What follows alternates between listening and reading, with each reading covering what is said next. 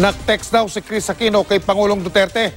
Nakiusap daw ang aktres na huwag ipakulong ang kanyang kuya na si dating Pangulong Noynoy Aquino. Ang dating Pangulo ay isa sa mga inaasahang iimbestigahan kaugnay sa madagong operasyon sa Mabasapano. Mula sa lungsod ng Pasay, live na nakatutok si Joseph Morong. Joseph. Mike, at hihintay na lamang daw nitong si Pangulong Duterte na matapos yung sinasagawang investigasyon ng Ombudsman sa madugong Mabasapano encounter. Sa halip na magbuo ng isang independent commission para malaman ang totoong nangyari sa engkwentrong ikinamatay ng 44 na miyembro ng PNP Special Action Force. Sabi pa ng Pangulo, nag-text pa raw sa kanya ang kapatid ni dating Pangulong Noynoy Aquino na si Chris Aquino para may ipakiusap. Si Chris nag-text. So wag mo namang ipakulong si Noynoy. Sabi ko, no Chris, I am not out to find faults. I just want to know the truth. It could be nice to hear, it could not be pleasing. I am not going ahead with the creation of the commission because apparently the Ombudsman has said that it's still pending before them. So I do not want to have a multiple incongruity, especially if one finding fights with the other. So hintayin ko na lang. Ito ang isa sa mga naikwento ng Pangulo sa harap ng mga negosyanteng pinakamalalaking nagbabayad ng buwis ng ilunsad ng Bureau of Internal Revenue o BIR ang tax season. Pangako ng Pangulo sa mga negosyante magbayad lamang ng tama at on time at walang korupsyon na magaganap sa gobyerno. Kasi sabi ko, San, ano bang sabihin ko dito sa kanila? Bayar yun patayin ko kayo. So do not say that. Inulit ng Pangulo ang kanyang kampanya sa droga at korupsyon. Ginagawa raw niya ang ginawa niya nung mayor siya ng Davao. At kung noon binalaan niya ang mga nagsisiga-siga, ganun din daw ngayong Pangulo na siya. Ang gwapo sa Davao, ako lang. Para walang gulo. Kasi kung if you compete with me, mas gwapo ako sa mayor. Sino ba yung mayor na yan?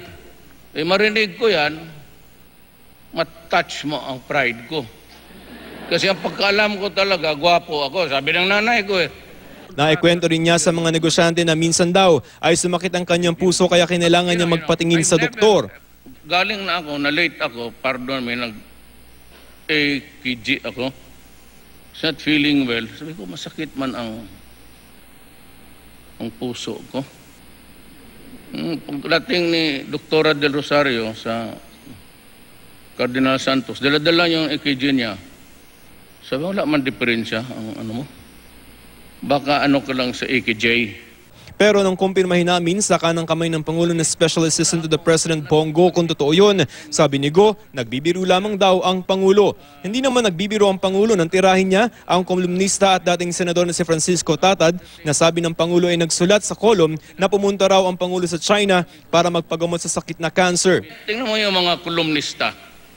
May isa pa diyang idyoto na pumunta daw ako ng, you know, this guy, Tatad, he read the proclamation 1081.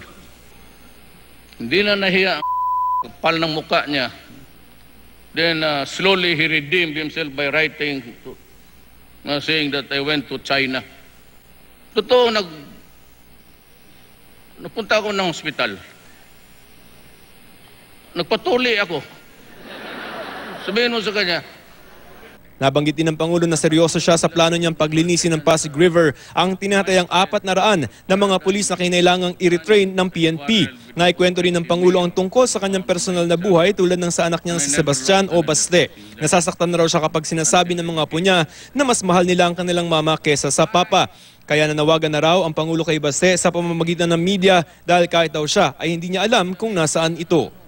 Kahit ni Baste, yung si Loverboy,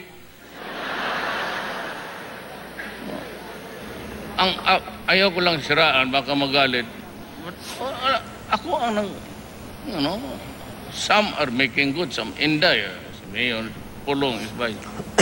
Itong kay Baste, pati yung ibang apo ko, ako ang kaya sabi ko na nasasaktan ako nung marinig mo na, alam mo, papa mo, mama mo.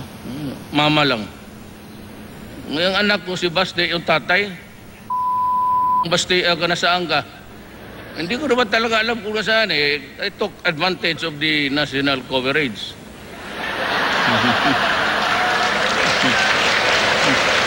Samantala, Mike, may bagong target. Itong si Pangulong Duterte, ito yung mga GOCC o yung Government-Owned and Controlled Corporations. Sabi ni Pangulong Duterte, sa mga susunod na araw ay hihigpitan na niya yung mga benepisyong natatanggap ng mga opisyal nito. Kasi nga raw, siya nga itong Pangulo ay 130,000 lamang kada buwan ang kanyang natatanggap na sahod. Mike. Maraming salamat, Joseph Moro.